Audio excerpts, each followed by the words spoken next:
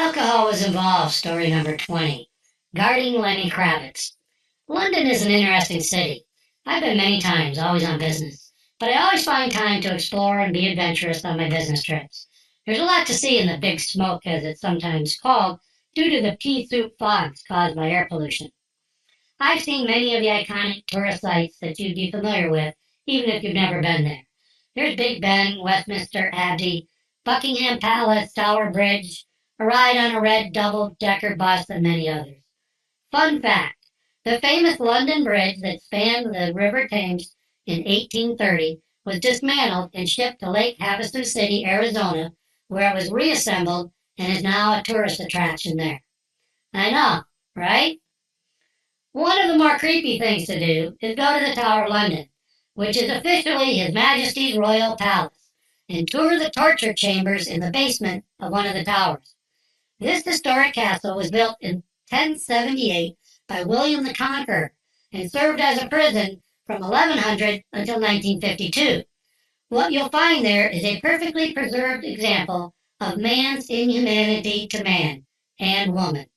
The torture devices are gross and creative in their design to inflict pain on another human. I was appalled at what I saw there. I was embarrassed to be part of the same species of whoever invented and used these machines and objects of horror. Crowds of ticket-paying tourists file through these chambers in awe, including many with an unnatural fascination of the grotesque display of what I can only describe as evil. I couldn't find the exit fast enough. An attraction more in line with my own lifestyle was visiting historic iconic pubs, many dating back to the 1500s. There's some debate as to which one is actually the oldest, but who really cares? Charles Dickens was rumored to patronize most of them, but the one I found the most interesting and memorable was standing at a bar that is the same exact bar that Knight stood at. The building it was originally in is long gone, but the bar was rescued and put into another very old drinking establishment where you can stand and let your imagination run wild. We're talking about a 600-year-old bar. Another fun fact about me, I hate dark, syrupy, room temperature beer that you can float a U.S. quarter on top of the foam, which is apparently some big deal in the UK. But when in Rome, I pretended it was great. I always give myself a day or two on both ends of my trips to get out and explore. On one such trip, a solo pub crawl, I met two young ladies at one of the bars. One was local, and the other was her best friend from somewhere in Scandinavia. I don't remember exactly which country. I bought them drinks and snacks, and we had some good conversation and laughs. It was getting toward dinner time, and the conversation turned to what I was doing that evening. I had no plans, and my meetings were not starting until the day after next. What did they have in mind? Turns out the local gal was the girlfriend of one of Lenny Kravitz's bodyguards. There was a party that night hosted by Lenny at a house he was renting while in town, and they were going. I was invited to tag along. Hell yeah, I'm in. Let's recap. I've been in London for less than 24 hours, and I'm going to a party at Lenny Kravitz's house.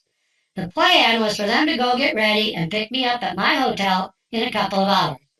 I headed back to my hotel, ordered some food, and put my travel cowboy boots with a pair of jeans, dress shirt, and a sports coat. I had absolutely no idea what to wear, so I punted. I'm fashion challenged. The girls picked me up in a black cab, as they're called, and we headed for the party. There was a lot of traffic and people on the street where we turned into. We pulled up to a 2 or 3 story building attached to other buildings on both sides that was not very wide but tall, townhouse style. It was lit up brightly inside and crowded. We didn't get but 6 feet inside the front door when a huge, massive human with a bald head and a leather vest that looked like something a motorcycle gang member would wear came briskly at us. I assumed we were about to get kicked out or something. But instead, this large man with arms the size of my thighs rumbled up to one of the girls I came in with and whisked her off her feet into a giant bear hug. Even more surprising was his soft falsetto voice, which did not belong with that body. He was very excited to see her and let her know with a loving embrace. She was completely lost in his massive hug. This was clearly her boyfriend, or so I hoped. She introduced her girlfriend and me, he quickly announced that Lenny had left with some friends and he had the night off. What? He's not here? I thought this was his house and he was the host. It was, and he was. But apparently too many people showed up, and he decided to go hide out somewhere else with a few friends. The other bodyguard was with him, and London Girl's boyfriend was off duty. He really didn't want to stay and ask what we wanted to do. Earlier, when I met the ladies, I was telling them about my adventures in Cuba and how much I enjoyed a good Cuban cigar, which were still illegal in the U.S., but legal in London. The suggestion was made to take me to one of the many Cuban clubs in London for a night in the town. Mr. Giant Bodyguard loved the idea, and we were suddenly off to another location, and without so much as actually entering the party and doing some mingling. Lenny was already gone at this early hour, and perhaps it was inappropriate for the bodyguard to stay. I didn't know, but I thought we might need a bigger taxi if the four of us are going anywhere. We squeezed Mr. Bodyguard into a taxi and arrived at a busy and very nice establishment. It looked like a restaurant club with a dance floor. A busy place filled with noisy customers trying to talk and laugh over Latin music. There was a stage with musical equipment on it, and an obvious band performance would be on the agenda that evening. Some attention was gathered when we entered. I assume it was because of our monster man escort and leather vests. The girls were somewhat petite, and I'm of average height and weight. The three of us put together probably wouldn't equal the size or weight of Mr. Bodyguard. The host at the front stand seemed to know who he was, or maybe was just frightened enough to assume he was somebody and couldn't get us to a table fast enough. There was a lot of stares as we walked through and sat down. I think I was the only one noticing the attention we were getting, as my three new friends seemed indifferent to it all. They were hungry, but I had already eaten at the hotel, so I perused the menu with fake interest. I was really looking forward to seeing the cigar humidor. I ordered an appetizer in an attempt to be hospitable. Mojito was my drink of choice while in Cuba, and so started the evening with that. It wasn't quite the style of the Cuba ones, but was okay. In Cuba, they use a lot of fresh mint and smash it into the glass, unlike what appeared to be ration mint with this drink, as is common in the U.S., if you can even find mint. Turns out Mr. Giant Bodyguard guy was a hell of a nice person, soft-spoken with a soft heart and intelligent mind. This guy was somewhere between illusionary and enigmatic. He most definitely was not who his appearance seemed. We ate, had drinks, and became fast friends. I told stories about my travels, and he told stories about the famous people he had provided security for while they were in London. I was getting impatient for the table to clear so we could talk about a cigar, but when I mentioned my desire to have a smoke after clearing it with the entourage, he said that this was not the place to smoke and had a much better place in mind that we needed to go to next. I think we joked about doing a Cuban club crawl after my story about how I met the two lovely ladies that we were escorting that evening during my earlier historic pub crawl around London town. We had another drink and hailed a taxi out front. The crawl was on. Next stop was a smaller, hipper place that looked more fun. When we walked in, someone that looked like maybe the owner came running over to Mr. Bodyguard, and they definitely knew each other. We had a table, and he immediately asked that the cigar cart be brought over. We ordered a round of drinks, and a waiter rolled up with a three-level cart with very large wooden cigar humidors on each level. I mentioned a few Cuban brands I liked, and told the story about learning how some of the large brands out of Cuba are actually made in the same factories. You know, like refrigerator, stove, and appliances for competing brands are actually made in the same factory campus in China. So are the large laptop brands made at the same factory campuses with literal Chinese walls between the brands. I looked over the selection and was surprised to see Cohibas. Now this was back when Cohibas were not generally available to the public. Cohiba was Fidel's personal private brand from the 1960s and were only given outside of Cuba as gifts. Very limited public distribution started in the 1980s and was a very hard-to-come-by brand for the next couple of decades. How did I know all this? I received a permit from the Cuban Minister of Agriculture to actually visit the factory that rolled them. The permit was reserved for dignitaries and very famous friends of Fidel, of which I was neither. But my host was his personal attorney and former general counsel of Cuba. I was actually staying in his home while in Havana.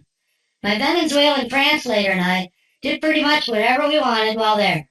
I, of course, out of curiosity, selected a Cohiba. The waiter took it out of the humidor, asked me what type of cut I wanted, cut it, and presented it to me with a few 8-inch lighting sticks.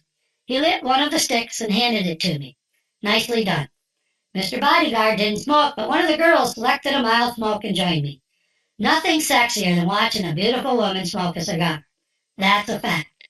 I read it on the internet, so it must be true. I lit mine up, and we sipped drinks and melted into our chairs, albeit Mr. Bodyguard's chair wasn't really big enough for him to do any real melting. Then I did one of the dumbest, rudest things I've ever done in a foreign country. While chatting, I rolled my cigar around in my fingers as I usually do, and noticed something I hadn't seen when it was in the humidor and given to me. There was a blue dot on the wrapper. I studied it, and it was actually a discoloration on the outer wrapper, also called a capa. The wrapper of a cigar is made with the highest quality tobacco leaves. Under no circumstances would this cigar have ever made it through quality control in the Cohiba factory. Not in a million years. It wouldn't make it out of any of the factories I visited in Cuba due to the intense three-inspection quality control process, not to mention the national pride of making these by the workers. Each cigar, after it is rolled, is put in a box and sent to quality control tables. There, they are laid out on clean white paper sheets where they are rolled over and inspected. If passed, they move on to the next station where the exact same thing is done by the next inspector. This is done 3 times before it goes into the actual box the cigars will live in until smoked. A blue dot on the wrapper would never make it to the final box, and it certainly would never make it in Fidel's personal factory. Fun fact, they actually love Fidel in Cuba. Upon closer inspection, I noticed that the wrapper leaf had a pretty large leaf vein in it. Oh my God, this is a fake Cuban cigar being sold in a Cuban club. So what was my big mistake? I immediately shared this discovery with my table mates. And I shared it with a bit of snooty attitude as it was not a cheap fake Cuban cigar. But the fact that it was a Cuban club seemed to make it all that more insulting. I'm sure I was expressing that when Mr. Bodyguard raised his voice and demanded some attention from the waitstaff. He told him to get the manager or owner or whoever that was that greeted us when we came in. When he arrived, Mr. Bodyguard had me tell him what I had discovered, which immediately caused quite the scene, as the manager-owner basically told me I was crazy. That made my bodyguard friend mad, who let his friend know that that wasn't the appropriate response to my complaint. It certainly appeared that I knew what I was talking about, and I did. The manager-owner guy was not backing down from his position that all these cigars were real Cubans. He dug in even more when some of the waitstaff gathered around to hear the commotion, and a lot of people were now staring at us. With enough drinks in me to stay the course, Mr. Bodyguard decided to defend my accusations and demanded the check as we were now leaving. He stood up and looked down at the owner-manager as if he was saying, "What are you still doing here? Get the check." The owner-manager guy said there would be no charge for anything, so we all stood up and headed for the door. I looked back from the door as I could feel the killer look from the manager-owner guy on the back of my head. In the taxi, I apologized to all, but Mr. Bodyguard wouldn't hear of it.